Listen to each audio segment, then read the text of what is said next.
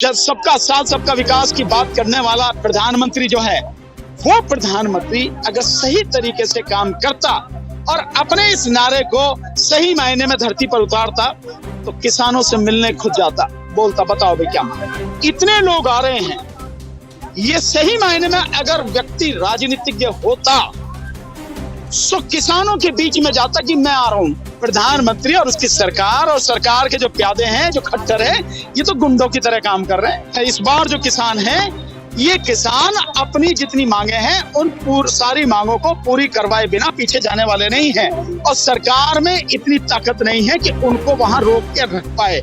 EVM हट जाए तो सरकार की पूरी ही छुट्टी ही हो जाएगी। नकेल की क्या बात कर रहे हो आप? ईवीएम के हटते ही ये सरकार ताश के पत्तों की तरफ बिखर जाएगी, रेत के ढेर की तरह साफ हो जाएगी। तो कि सरकार उसकी औकात नहीं है कि हमें खरीद सके, सरकार की औकात नहीं है कि हमें डरा सके, हमें धमका सके, हमें रास्ते से हटा सके। सरकार जो सारा काम करेगी, ज्यादा से ज्यादा करेगी, हमें मारेगी। और सरकार के लिए खूनी खेल खेलना कोई बड़ी बात नहीं है, उसके लिए ये आम बात है। हत्या करना करवाना उनके लिए आम बात है। राहुल गांधी की यात्रा उनके लिए खतरा नहीं है। राहुल गांधी एक मतलब देश का 10 बार चक्कर काट दें, धरती का 10 बार चक्कर काट दें, मोदी पे कोई फर्क नहीं पड़ता। आंदोलन बटेगा नहीं, आंदोलन रुकेगा नहीं, आंदोलन कमजोर नहीं होगा, बल्कि अब यह आंदोलन और भी ज्यादा तेज होगा। सटीक खबरों का सीधा असर। आप देख रहे हैं एनसीआर समाचार, खबर भी असर भी। देश की जनता को कुछ भी देने के हक में नहीं है। वो केवल और केवल अपने यारों का घर भर रहा है, जिनकी वो चौखट को सलाम करता है, बस। इसलिए ये सारी चीजें हो रही हैं। अन्यथा होना ये चाहिए कि किसानों को बहुत सम्मान के साथ आने देना चाहिए और बैठ के बात करनी चाहिए। अगर वाकई में जब सबका साथ सबका विकास की बात करने वाला प्रधानमंत्री जो है, वो प्रधानमंत्री अगर सही तरीके से काम करता और अपने इस नारे को सही मायने में धरती पर उतारता तो किसानों से मिलने खुद जाता, बोलता बताओ भाई क्या। वो 1000 ट्रैक्टर जो आ रहे हैं उनसे डर लगता है क्या? उनकी गड़गड़ाहट से, उनकी आवाज से मोदी की टांगे कांपती हैं क्या? क्या दिक्कत है उनसे? या उसको बदहजमी हो जाती है, या उसके देख के क्या है, उसको बुखार चढ़ जाता है कि क्या बात है? मतलब उन ट्रैक्टरों के आने से इतने लोग आ रहे हैं। ये सही मायने में अगर व्यक्ति राजनीतिज्ञ होता सो किसानों के बीच में जाता कि मैं आ रहा हूं। शंभू बॉर्डर पे है ना, शंभू बॉर्डर पे इस समय जब मैं आपसे बात कर रहा हूं 2 लाख से ज्यादा किसान वहां पर इकट्ठे हैं। सही मायने में प्रधानमंत्री को वहां जाना चाहिए था कि मैं आ रहा हूं तो आपके बीच में, वहां बीच में बैठ के बताओ भाई क्या बात, क्या दिक्कत है, और उनकी बातें सुन के और कहना तो ठीक है कि आपकी जो है मांगे 1 हफ्ते में पूरी हो जाएंगी। ये है काम करने का तरीका, ये है प्रधानमंत्री की जिम्मेदारी और ये है राजनीति। लेकिन प्रधानमंत्री और उसकी सरकार और सरकार के जो प्यादे हैं, जो खट्टर है, ये तो गुंडों की तरह काम कर रहे हैं। ये जो मतलब जो आंसू गैस के गोले छोड़े जा रहे हैं, गोलियां चलाई जा रही हैं, एसएलआर की गोलियां चलाई जा रही हैं, ये तो गुंडों के काम है भाई। कोई कौन है वो? क्या वो पाकिस्तान से आए हुए लोग हैं? क्या चाइना का हमला कर रहे हैं? हमला करने वाले वो लोग हैं? वो नहीं है ना, अपने ही देश के किसान हैं वो लोग। और किसान सरकार से मांग कर रहे हैं कि उनका हक उन्हें दिया जाए। देने में क्या दिक्कत है? तो वही तो इतनी व्यवस्थाओं के बीच जो सारी चीजें 2-3 दिन से वीडियो सामने आ रही हैं, और कितना लंबा चल पाएगा आंदोलन? नहीं, आंदोलन कितना ही लंबा चले, और किसानों को भी इस बात की उन्होंने तय कर रखी है कि आंदोलन कितना लंबा चलेगा उन्हें नहीं मालूम, हमें भी नहीं मालूम, किसी को नहीं मालूम है। सरकार जितने दिन तक लंबा चलवाना चाहे तो 1 दिन में 1 घंटे में खत्म हो जाए, और सरकार न चाहे तो चलता रहेगा। तो इस बार जो किसान है, ये किसान अपनी जितनी मांगे हैं उन सारी मांगों को पूरी करवाए बिना पीछे जाने वाले नहीं हैं और सरकार में इतनी ताकत नहीं है कि उनको वहां रोक के रख पाए। कुछ समय की बात है, आप देखना सारे जो किसान हैं दिल्ली बॉर्डर पहुंचेंगे। सर, नाक में नकेल कैसे कैसी जाएगी ये बताइए? किसकी नाक में नकेल? मोदी की? सरकार या बिल्कुल सरकार की नाक में नकेल कस जाएगी। ईवीएम हट जाए तो सरकार की पूरी ही छुट्टी ही हो जाएगी। नकेल की क्या बात कर रहे हो आप? ईवीएम के हटते ही ये सरकार ताश के पत्तों की तरफ बिखर जाएगी, रेत के ढेर की तरह साफ हो जाएगी। कुछ नहीं बचना है, ये तभी तक है। और ये इसीलिए ये जो काम कर रही है सरकार, जितनी गुंडागर्दी दिखा रही है, इसीलिए दिखा रही है कि उसे लोगों की वोटों की जरूरत नहीं है, क्योंकि वो ईवीएम के माध्यम से, मशीन के माध्यम से जितने चाहे वोट छाप लेती है, चुरा लेती है, जीत के आ जाती है। जिस दिन ये ईवीएम हट गई उस दिन सरकार घुटनों पर आ जाएगी। उस दिन किसी भी इस तरह के एक भी संगठन की कोई मांग होगी, उसे पूरा करने से पीछे नहीं हटेगी सरकार। लेकिन ऐसे आंदोलन चलेंगे कैसे सर? आप लोगों की उसमें से ही सामने आ गया कि आपको ही मारने की धमकी मिल रही है, जो भी। देखिए, हमें मारने की धमकी मिल रही है, हमें मालूम है। हाँ। और मुझे और महमूद पराचा को मारने की धमकी है। और जिस तरह से ये सब प्लान किया है उन्होंने कि भाई मुझे मरवाएं मुसलमानों के हाथों से, ताकि जो है आपस में जो एकता बनी है उस एकता को जो है खत्म किया जा सके। मुझे मालूम है, ये तो मुझे बहुत पहले भी कहता था कि सरकार उसकी औकात नहीं है कि हमें खरीद सके, सरकार की औकात नहीं है कि हमें डरा सके, हमें धमका सके, हमें रास्ते से हटा सके।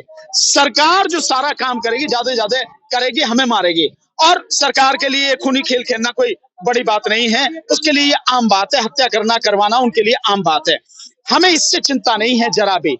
मेरा केवल इतना ही कहना है लोगों से कि अगर हमारी हत्या भी सरकार द्वारा करा दी जाए तो आपस का जो भाईचारा है, जो सब लोग इकट्ठे होकर इस ईवीएम की लड़ाई को लड़ रहे हैं, ये आपस का भाईचारा खत्म नहीं होना चाहिए। सरकार के लिए यही सबसे खतरनाक स्थिति है जिससे वो घबराई हुई है अंदर तक, क्योंकि ये आंदोलन ईवीएम का हम लोगों की वजह से गांव गांव तक, गली मोहल्लों तक, घर घर तक पहुंच चुका है और पूरे देश में ईवीएम के खिलाफ जबरदस्त उबाल है।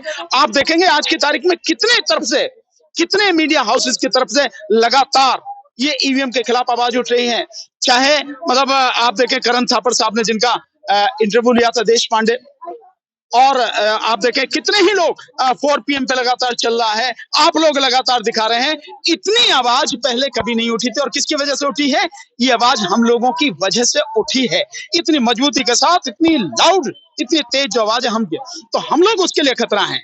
राहुल गांधी की यात्रा उनके लिए खतरा नहीं है। राहुल गांधी एक मतलब देश का 10 बार चक्कर काट दें, धरती का 10 बार चक्कर काट दें, मोदी पे कोई फर्क नहीं पड़ता। फर्क इस बात से पड़ता है कि हम ईवीएम की बात जो कर रहे हैं, और हमने ईवीएम का डेमोन्स्ट्रेशन दिखा के मोदी सरकार को पूरी तरह से इलेक्शन कमीशन को नंगा कर दिया और बता दिया कि बेईमानी कैसे होती है। उससे खतरा है, इसलिए हमको हटाना है। सो हमको हटाने के लिए माना महमूद पराचा की हत्या करवाई जाएगी तो SC ST OBC इस तरह के लोगों को देखकर उसका हल्ला सरकार ही मचाएगी कि देखो इन लोगों ने महमूद पराचा की हत्या की है, ताकि आपसी जो भाईचारा है वो खत्म हो। और इसी तरह से मेरी हत्या जो करवाने की प्लानिंग है वो मुसलमानों के माध्यम से कराने की होंगे उन्हीं के आदमी, लेकिन मुसलमानों के माध्यम से, ताकि जो आपसी भाईचारा है ये भाईचारा टूटे, इससे खतरा है। ये आंदोलन बटेगा नहीं, आंदोलन रुकेगा नहीं, आंदोलन कमजोर नहीं होगा, बल्कि अब ये आंदोलन और भी ज्यादा तेज होगा, पूरी ताकत से होगा। और अगर हमारी हत्या कराई जाती है तो इस देश की जनता जवाब देगी, सरकार को पूरी तरह से जवाब देगी। आवाज तो उठाई जा रही है, लेकिन ये आवाज कानों तक क्यों नहीं पहुंच पा रही? नहीं, खूब कानों तक पूछिए। अगर कानों तक नहीं पहुंचती तो हमारी हत्या की साजिश नहीं रची जाती। कानों तक पहुंच रही है और इतनी तेज पहुंच रही है कि उनके कानों में बाकायदा हमारी आवाज के नक्कारे बज रहे हैं। इसलिए उनका यह है कि भाई ये आवाज बंद हो किसी तरह से, उसलिए हमको मारने की साजिश की जा रही है। इसमें क्या शक है? तो सर ये आप कैसे कह सकते हैं कि मुसलमानों और दलितों द्वारा जो है मारने की साजिश? हमें मालूम है, पूरी प्लानिंग है, हमें मालूम है। तभी ये सारी बात आपके सामने क्यों आई है? अब से पहले तो कभी नहीं आई। आपके सामने तभी आई है कि जब ये इनपुट हमें मिला है।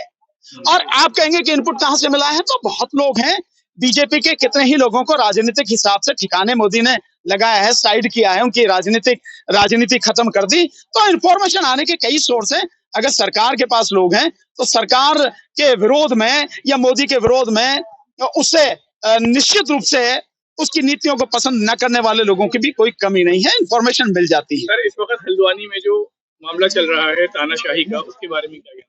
उसके बारे में ये कहना चाहूंगा कि मुसलमानों को घर से निकलना चाहिए। अगर मुसलमान घर से नहीं निकलेंगे तो जो आपके साथ हो रहा है, आपने इससे पहले देखा है कि मणिपुर में क्या हाल हुआ। सो आपके साथ में पहले भी कोशिश की गई थी, हल्द्वानी में विशेषकर, और अब ये हो रहा है। और यहाँ दिल्ली में भी इस तरह की चीजें की गई। लगातार आपके खिलाफ हो रहा है मुसलमानों के। मुसलमान घर में क्यों बैठे हैं? मुसलमानों से बोलो ना। मुसलमानों को चाहिए ना क्यों दिया जाएगा? तो फिर डरते, अगर बंद करने से डरते हो, जेल जाने से डरते हो, तो बैठे रहो। आपकी घरों में गर्दन काट देंगे वो, जैसे हल्द्वानी में हो रहा है। UAPA से डरते हो तो काहे को बोल रहे हो भाई? चुप करो, बोल क्यों रहे हो? बंद करो के बैठ जाओ ना, घरों में दुबक के बैठ जाओ ना। UAPA भी लगेगा, NSA भी लगेगा, आप पर जो है देशद्रोह भी लगेगा, सब कुछ लगेगा। झूठी FIR होंगी, जेलों में बंद किया जाएगा, एनकाउंटर भी होगा, आपके घरों को तोड़ा जाएगा, आपकी मस्जिदों को तोड़ा जाएगा।